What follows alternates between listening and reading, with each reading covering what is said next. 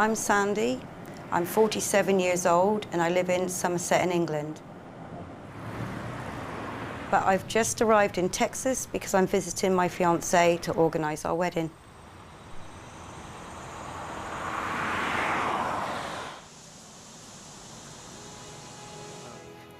It's 5 to 8, the taxi will be here in a minute. Sandie will spend her last single night away from the groom, but it won't be the last. In fact, he's not even going to be at the wedding because he's a prisoner on death row. They won't release Reg to get married, and they won't marry us there. There is no contact at all between the prisoner and their visitor anyway. Unfortunately.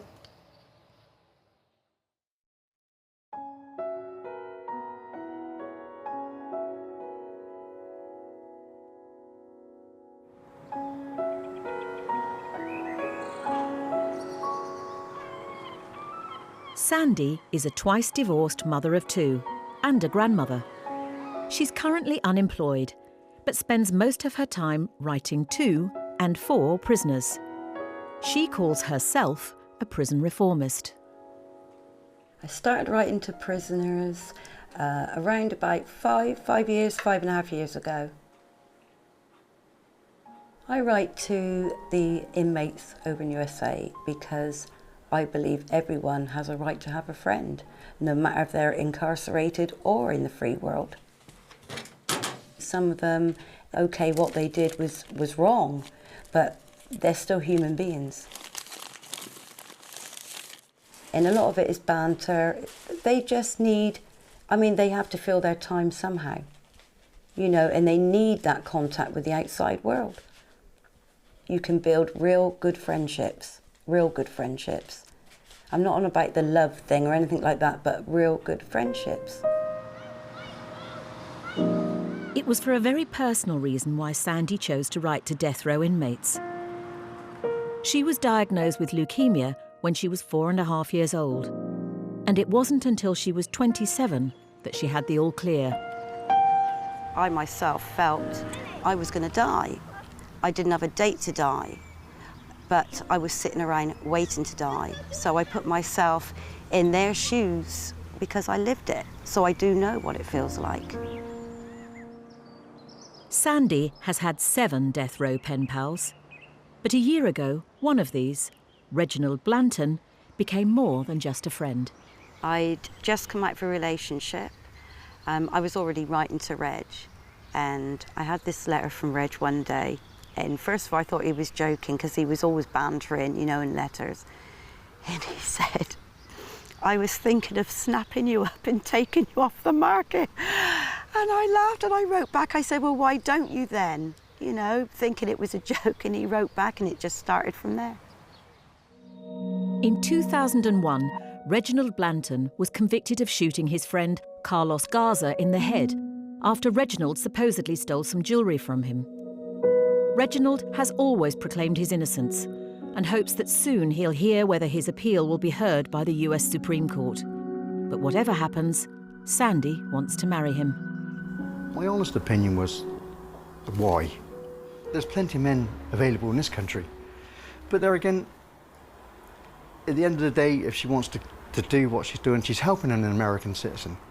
Not only that, it's giving him a bit of happiness as well.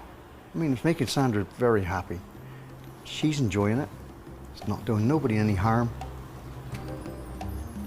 I'll back her at 100%. She can go do whatever she wants. There are currently over 100 women in Britain who are emotionally involved with men on America's death row. Some women know their man is guilty of his crime. Others are convinced that they're not. I know Reg is innocent, and I will say that to the day I die. Reg is this real spiritual person. He is a real love. You can go and sit and talk to him face to face, and sometimes when we visit, it's like we sit opposite one another. Obviously, we have to use the phone, and you've got the glass in front of you, but it's how he bores his eyes into you, and and you feel this connection with him. And it's like this spirituality that you don't have to speak. You don't actually have to speak to him because you can read each other. And that is how close that we are. It's only a couple of days until Sandie leaves for Texas to see Reg. She's only been there 4 times, so most of their relationship is made up of the hundreds of letters they write. When Reg writes, he'll always start off, "I love you, my queen," because I call him my king. And if he's got something bad that he wants to say to me, he'll say, "Right, okay, hear me out." You know, but it's just like a normal couple, except we haven't got the normal couple privileges. But I think you can get very close to somebody in a letter. I mean, you build a real close friendship. If you want to have sex with somebody that you can't even see or touch, obviously that's when you get the letters. I'm just being honest. You know, they want to write you sex letters or you want to write them. That's entirely up to the individual person. Do we ever argue? Yeah. They, just like anybody else, except it's in letter form. And then when I do go to visit him, that is when I get it. He will sort of say, "I'm stubborn. I admit it. Yes, I am. But then so is he." So, yeah. During his 8 years on death row, Reg has had several appeals based on the fact that no DNA evidence was presented at his trial, no murder weapon was found, and all African-American members of the jury were removed from the trial. According to the only 2 witnesses, they were forced to sign statements against Reg under the threat of being charged with the crime. Reg has also had 2 lawyers during the process, the first of whom didn't file his innocence claims in the state court, which has resulted in these being barred from ever being heard. You know, when people talk about how the death penalty works in the United States, I suppose the simple answer is it doesn't. It's an insane system. Right now, there are about 3,700 people facing the death penalty in the US. At your first trial, you get a lawyer of some sort, although the quality of the defense is just abysmal, and you get a lawyer for the first appeal. But then for the rest of the process, which is the vast majority of the case as it drags on for 10 or 20 years, you have no right to a lawyer at all. You're meant to represent yourself, which, I mean, in all honesty, is one of the stupidest rules of American law. So ultimately, one great criticism of the American system is you end up on death row, not necessarily for the crime you committed, but for the lawyer that you received for the process. Sandie writes and manages several web pages for death row prisoners. It's like a full-time job. Okay, I've got a son living at home and I've also got a grandson and a daughter. But you do work around that. You know, when my son's in bed at night, I will get on and do what I need to do. When the inmates write to you, they might send you some writings to put up on their pages for them. Could be anything about their case or maybe just a general diary from week to week. Then at the end of the month, you send their comments or their printouts to them. So it keeps their mind active. I wouldn't say I feel sorry for them because that is not the word that I should use. I feel for them. And their families, and also the victims' families. It's a system that is not working. But Sandie's determination to help can come with a price. I've had in the past a lot of hate mail via the internet, death threats via the internet, but it hasn't bothered me because it just shows how shallow some people can be. Well, the hassle's on the internet. I mean, the death threats, and to me, that's just people that don't know Sandra. Until you get to know somebody, I mean, like I say, I've known Sandra all my life, so I know, you know, how she feels. Things like that do hurt, words hurt. But I think she's a strong enough girl to come through at the end of it, hopefully. But you never know, you know. Sandie is leaving for Texas tomorrow. And each time she goes, people always comment. You know, say, okay, if they say, what are you going over there for? I'm going to visit Palunsky Unit Death Row. And then they do ask questions, you know, or were they're convicted, they should be in there or something like that. And I said, well, you don't know Texas then. And I leave it as that.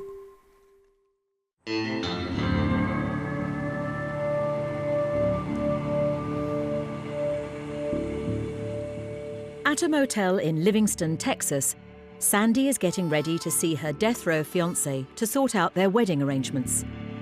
Despite their 19-year age gap, Sandie and Reg both profess this is true love. It definitely is true love between Reg and myself. He is a beautiful person inside and out. No matter what people say about some of those prisoners, Reg is a real man, and he makes me laugh, he makes me cry, and I wouldn't swap him for the world. I wish that I could at least have contact visits with Reg, so I could hold his hand, or he could like smell the perfume. I often think of times when Reg could be free, that we could spend proper quality time together. And if you don't think on that, then you just don't have the hope, don't have the dreams, and everybody's entitled to their dreams and hopes. And that's what keeps some of the guys going. It keeps Reg going, keeps me going. Palunsky Unit is a maximum security prison with 330 prisoners on death row.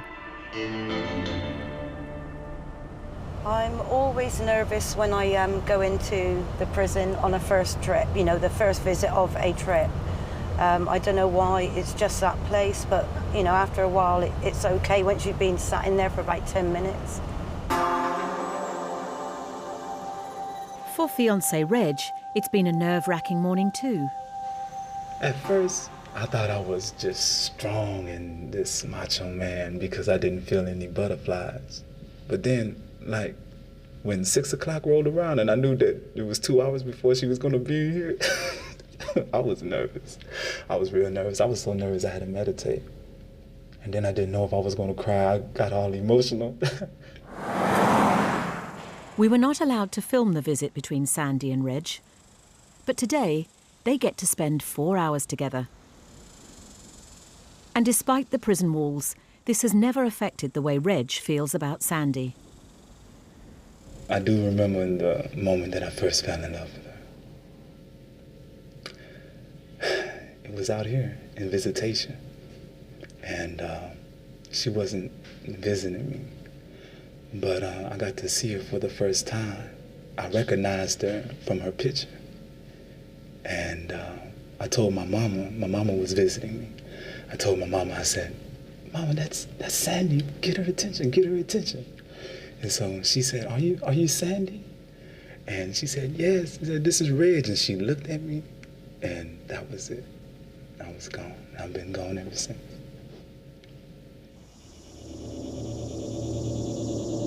I don't like seeing him in there. When you do go and visit, you just want to break down the glass and get him out, because it's a hellhole. People can say, oh, but he's done something wrong, he should be in there. But they should learn to know Reg and then maybe make a judgment. Sandie and Reg tried to enjoy their meeting, but their wedding is the furthest thing from their minds. They've received some serious news. Reg's final attempt for his appeal to be heard by the Supreme Court has been denied, and an execution date will follow any day. Reg he tries not to show it, but you can tell deep down that he is scared. He is scared of being killed because of something that he hasn't done. I'm scared for him. I have my tears. I've just got to stay strong for him, really. Stay more focused. The first thing that went through my mind was her. And I felt like I was ruining her life. because I can only imagine how that made her feel. I tell her, I said, baby, you crazy. Your love blinds you. To me, he's always been there.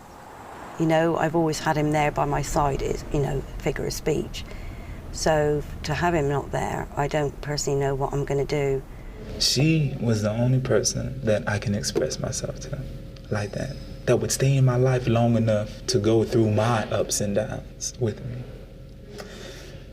But I can go through that alone.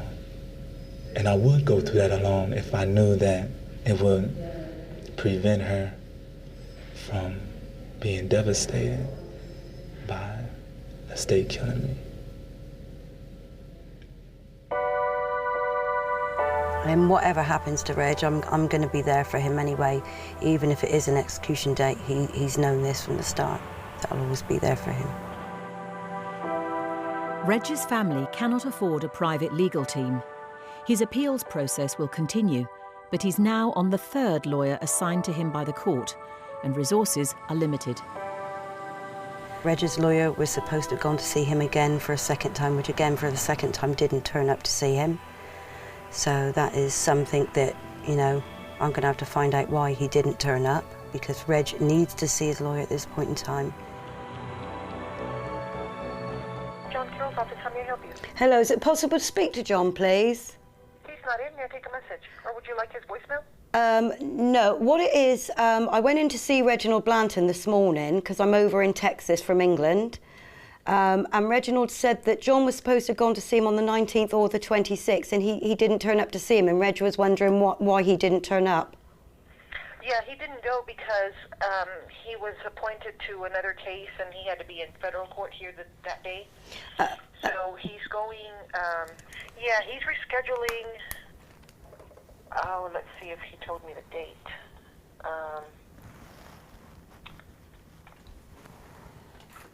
I think it's July 9th that he said he was going to reschedule it to. July the 9th? July the 9th or the 16th, which is... The thing is, time is going on with Reginald's case, and he really needs to see John urgently. Yes, I know. And, I mean, he had already bought his ticket, everything. He was ready to go, but then he got that case, and they set it for that morning, so he had to, you know, cancel that. Right, okay. Okay, then. Thanks ever so much. You're welcome. Thank you. Bye-bye. Bye-bye.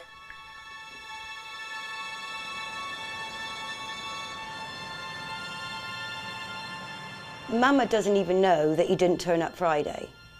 So he didn't, obviously didn't tell Reg's mum, who he's supposed to be in contact with at all times. What a load of bullshit. Clive Stafford Smith is not Reg's lawyer, but has 25 years legal experience as a defence lawyer on American death row cases. Most lawyers don't go into the practice of law to represent poor people for very little money, and in death penalty cases the resources are so limited. I mean, in much of my career in Mississippi and Louisiana, places like that, the most you could get paid for a whole capital case was $1,000, you know, about maybe £600. That was meant to be the lawyer's fee, it was meant to be all the experts, all the investigators, everything. There was one time in Mississippi where we put a lot of work into a case, and so we were being paid about $1 an hour. And we sued them under the federal minimum wage law. You know, they said, at least you should pay us $5.25 an hour, if nothing more than that. If Reg can't get another appeal, it's possible he may only have a few months left to live. Sandie is desperate to marry him, but there's a problem. She's still married to her third husband. He's also on Polunsky death row, on the same wing as Reg.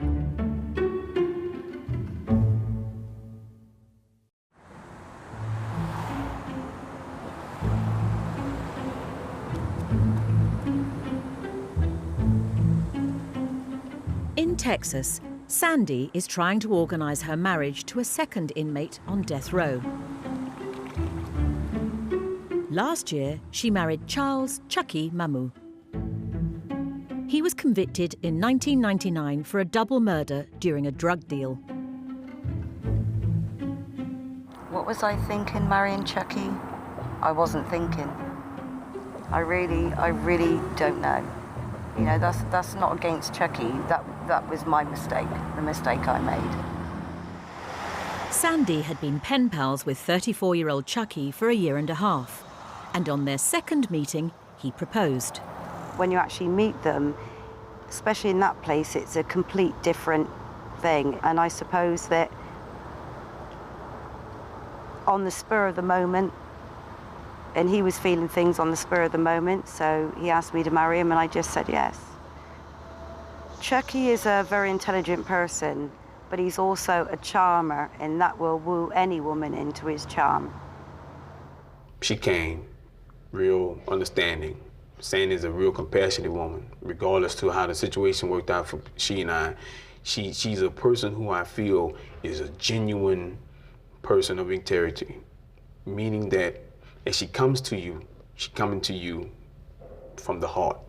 1, 2, 3. Sandie and Chucky got married just a few miles from the prison, but he wasn't allowed to attend. His family, though, travelled in from Louisiana to be there. I was stood on my own with Chucky's dad, who actually was the one that gave me away and put the ring on my finger. My family adored Sandie. My children was looking forward to calling her stepmom and stuff like that. And at the time, I really thought that she was the one. But Sandie was beginning to feel differently. The night before the wedding, I was in my motel room on my own, and I wanted to run. I thought, what the shit am I doing? But I went through with it. It was something I just couldn't walk away. I don't think people understand. It was difficult to just got up and got on a plane and gone home. Her then pen pal, Reg, who also knows Chucky, knew something was up.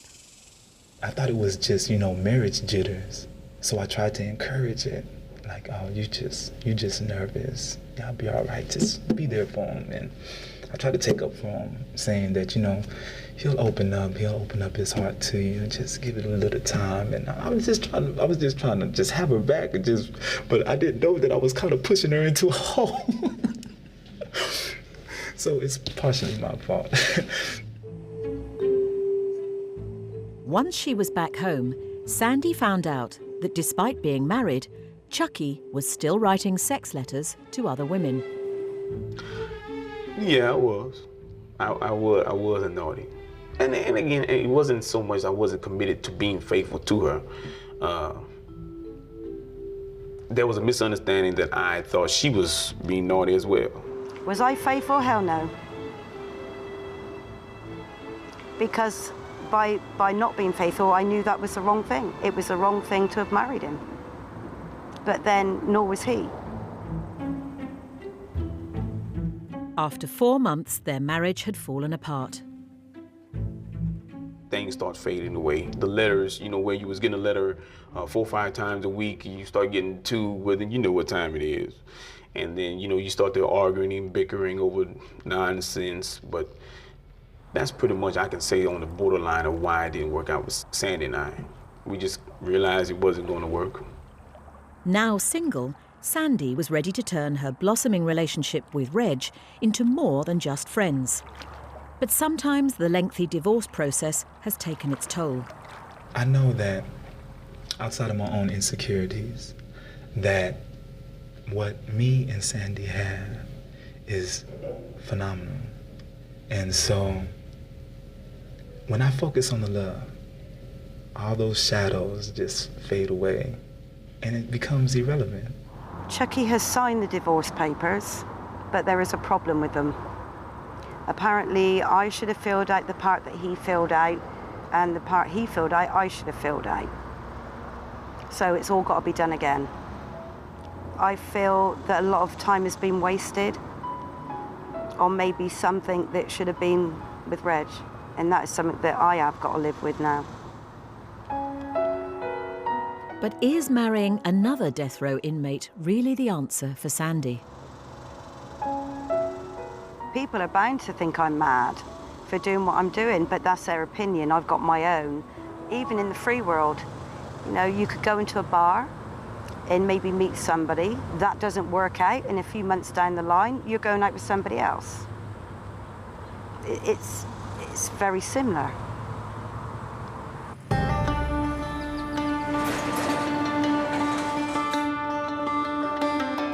Sandie's travelled 6 hours to San Antonio. Reggie's mum has organised a protest march for her son.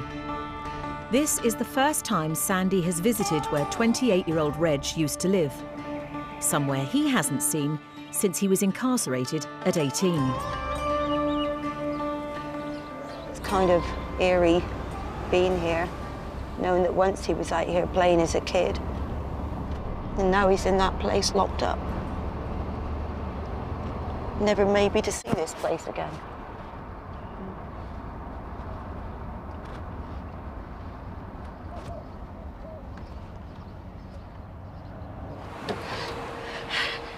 Sandie hasn't seen Reg's mum Anna since last year, but they're very close and spend hours talking on the phone. Look at you. How you doing? It's been a tough 10 years for Reg's mum since he was imprisoned. I feel like I'm alone. You're not alone. You're not alone. Not now, but for a long time I was. And Sandie, that's why I guess we talk so much on the phone. I know. Because you've been a joy to me. I want you to know that I can never. You are precious to me. And I'm so thankful to have you in my life. I want you to know that. I love you. Sandra's relationship with my mama is very important to me. It's like, you know, my mama didn't like any of the women that I've ever been with. None of them. She had names for all of them, and it wasn't the name that they were born with. But they got real close, like sisters, and that kind of blew me away. I thought that Sandra was putting something in her drink or something.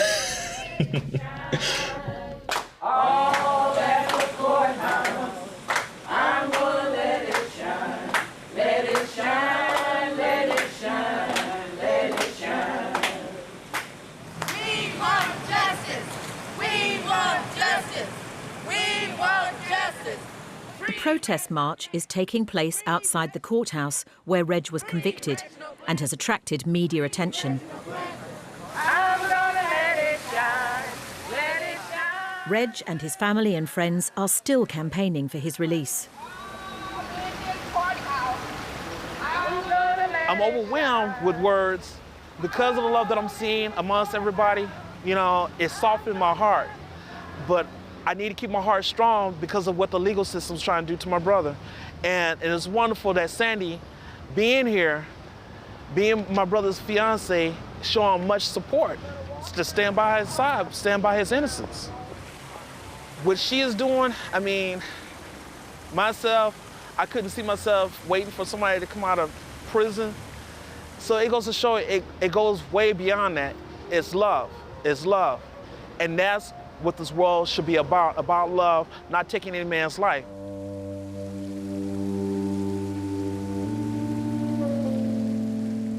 Reg's family and friends will continue to campaign, but his fate does still lie in the hands of the legal system.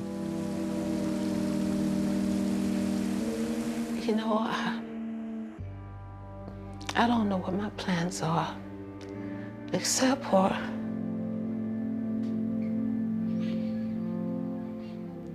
fighting for my son's life. Mama's not gonna cry to me. She's not gonna reveal that to me at all. And so I know she hurts. And I know she's going through a lot of pain. And I've written her several times to try to get her to express that to me, but she won't respond. But she responds to Sandra though. She cries to Sandra. So that's very important. I mean, who else would she have? If Sandra wasn't there, she wouldn't have nobody else to do that with. So that's very important. There are times that I would call her It would be very late, so it would be like maybe 2 or 1 in the morning, her time. And I can feel very down, but somehow we find things to laugh and talk about. Victory is mine. Tonight, as Sandie gets ready to leave Texas, the news item of the courthouse protest is being broadcast. Oh my God, look!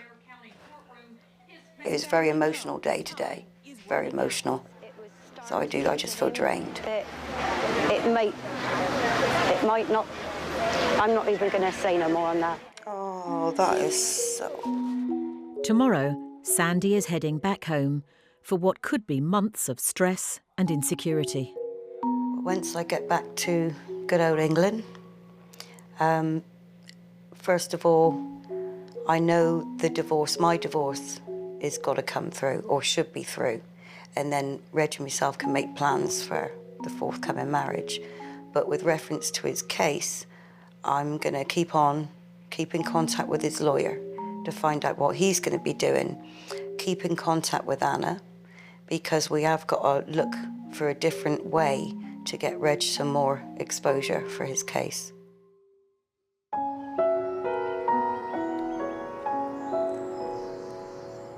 It's 2 weeks since Sandie left Texas. Now she's back, her relationship with her beloved death row fiancé has to revert back to just the letters that they write. You know, I always go to the first part of his letter, and then I'll go to the end part of his letter. And if the first bit starts off okay and the end bit ends okay, then I know whatever's in between I can just read and not worry about. But this time, Reg hasn't sent her the love letter she was hoping for. Yeah. Still, I'll let him off this time. I know with Reg at the moment, he's feeling down, and he's going to have those moments, you know. It's just like I have my moments when I'm in a bad mood. I'll write him a shitty letter, you know, but that's how we are, you know.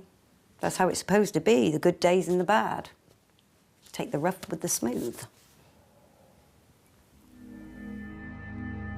Sandie is finding it difficult to sleep and has lost weight. The strain of the situation is beginning to take hold. But nothing could prepare her for the news that Reg has been given an execution date for the 27th of October. That's in just over 3 months' time. I actually found out on the internet. It wasn't the sort of way I wanted to find out, but I did. But then that just shows what a sick system it is. I'm going to be honest, no, I'm not coping well, because I didn't expect this to happen. I mean, I went into the relationship with Reg with the reality that one day it might, but it just seems that it's just happened so quick. Sandie has also been sent Reg's warrant of execution. It says his name, and then it goes on to say, it is the order of the court that the defendant, Reginald W. Blanton, who has been previously sentenced to death, shall on the 27th day of October 2009, at any time after the hour of 6 p.m, be caused to die by intravenous injection of a substance or substances in a lethal quantity sufficient to cause death, and until such convict is dead, such execution procedure to be determined and supervised by the director of the institutional division of the Texas Department of Criminal Justice. I mean, just like that, and that is how it's sent to Reg. That's his life.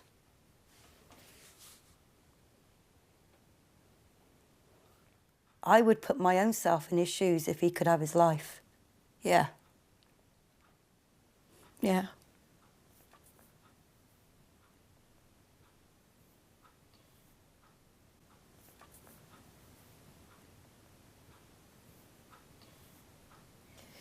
Because I believe in him so much, despite what people are going to say out there, I don't give a toss, really.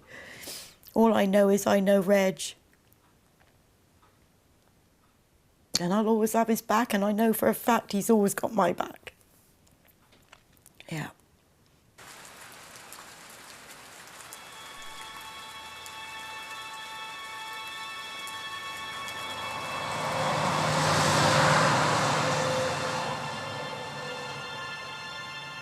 If the courts don't give me a stay, then they'll be trying to execute me on Tuesday. In the past 3 months, there have been more protest rallies and petitions for Reg, and he had an interview with the Board of Pardons and Paroles. These have all been unsuccessful in getting him a stay of execution. His lawyer has continued to make appeals, and he's stepped up efforts to get the ban of Reg's innocence claims being heard overturned. These appeals were denied by the Texas Court of Criminal Appeals 5 days ago. The final option is to take these same claims back to the US Supreme Court, but of all appeals submitted, only 2% are ever granted a stay. So it would sometime be today that you hear, or tomorrow, you know, morning, or can it go right through to the last minute? It could go through the last minute. He said that he's going to file all these legal claims of my concern to the Supreme Court. So right now it's just a waiting game to see what the court has to say. What Reg needs now is a miracle. A real miracle. It's not death that I'm scared of. I've dealt with the fact for probably the past 5 years. I've been dealing with that. I came to accept that. The scare is what the state killing me might do to my mama. I'm scared of what it would do to my queen. I know she's being strong for me, but I also know it's tearing her apart. Sandie has spent the last few days visiting Reg. This is the most time that they have ever spent together. It's been very, very difficult since he was given the execution date. He became very harsh. Sometimes it felt like he was taking it out on me because I was out in the free world and he was obviously where he is. But also it was like he was pushing me away because he didn't want me to hurt so much if it actually came down to his execution. But when you can actually air your differences on a face-to-face level, it is much easier to get it sorted. She tells me sometimes when we have our little arguments, right, that it wouldn't matter if I was there with you. And I think about that sometimes. You know, when you're in the heat of battle, you're like, yeah, it will matter even if you're face to face. But when she comes face to face, you just melt. And then you get mad at yourself for melting, right? But that's what it is. That's that love. The love overpowers everything. Sandie and Reg wanted to get married, but her divorce from Chucky has still not come through. The only thing Sandie could do was change her name by deed poll. She is now officially Sandie Blanton. I've been calling Sandie Blanton for a long time, but it's kind of like her putting a ring on my finger to have her actually change her name like that. So that's kind of like what that felt like. Yeah, I was calling in there for a long time now, but to have her do it officially, that feels real beautiful. In the days leading up to an execution, death row offenders can have all-day visits with their family and friends. They're still not allowed any contact, but have a private room with a glass partition. Today, Sandie and Reg have spent an emotional 8 hours together before his execution tomorrow. He had it's hard to explain, but both his hands at the glass, and he was just sobbing, absolute sobbing. I've never seen him cry so much since I've been going to see him, and it was hard. Because then he's saying, you know, if they kill me tomorrow, I think Reg is just thinking a miracle now. People don't realise. During this last visit, the practicalities of what's happening tomorrow became a reality. 3 men came towards me and they asked my name, and they sat me down, and they were the chaplains and the spiritual advisor, and one of them is the ones that's actually going to be in the execution with Reg tomorrow. So they were just trying to, say if I got any questions to ask, to ask them. So I said to the main one, does it really hurt? What can they say? They can't answer that. They can't answer that. It's just like all business. Everything's business in there.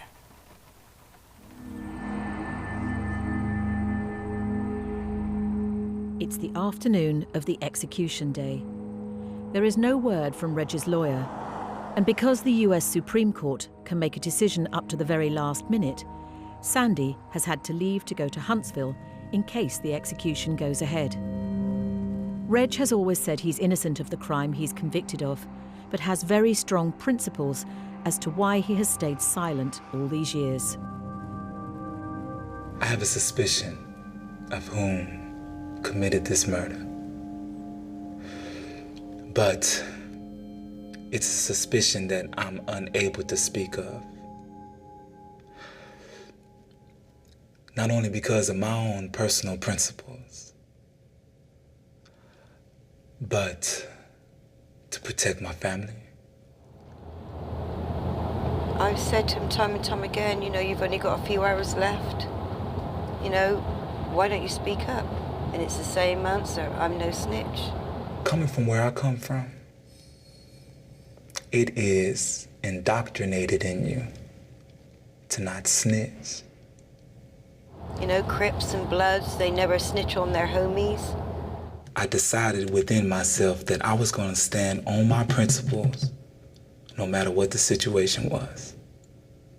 And that's exactly what I'm doing. They know who the suspects were in this case. I was convenient.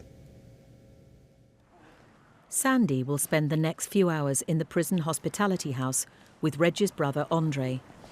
They'll both be able to speak to Reg on the phone. Reg and his mother Anna decided it best that she didn't go to the execution. The Huntsville unit is 160 years old, the oldest state prison in Texas. It's been the home of all state executions since 1923. If Reg doesn't get a last-minute stay, he will be the 19th prisoner this year to die by lethal injection. If it was up to me, I would want y'all to actually be in there to be able to film the actual execution so that people can see the process, so people can see the state of Texas use these chemicals on me to kill me that the American Veterinary Association won't even allow to be used on dogs. Yes, I want y'all to document all of this. Despite Reg's wishes, the state of Texas has never allowed an execution to be filmed. At 4:50 p.m, Reg's stay was denied by the US Supreme Court. His execution is scheduled to take place in 1 hour's time. Shortly before 6 o'clock, Sandie and Reg's brother are escorted to the main prison to witness his execution. When they opened up the witness room door, I could see him laid on that gurney, and at one point I went to walk in and I stopped myself, and I wasn't sure if I was going to be able to do it. And I thought, I've got to, I'm doing this for Reg. So I went straight up to the window, and they asked him if he needed, if he had a last statement. And he said, yes, I do. He did say to Carlos's family he was innocent. And his words was, Carlos was my friend. The morning visit that I had with him, and I said to him, when the poison's going, just, if you can, give me a smile so I will know that you're actually feeling okay. And he did do a smile, but after that, there was nothing. That was it. Gone.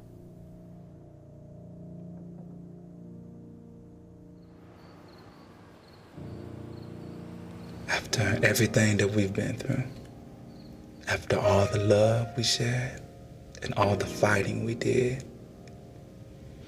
that the only way that they allow her to touch me is in my death. I think that would be like spitting on her. I don't even want to think about what that might mean to my queen.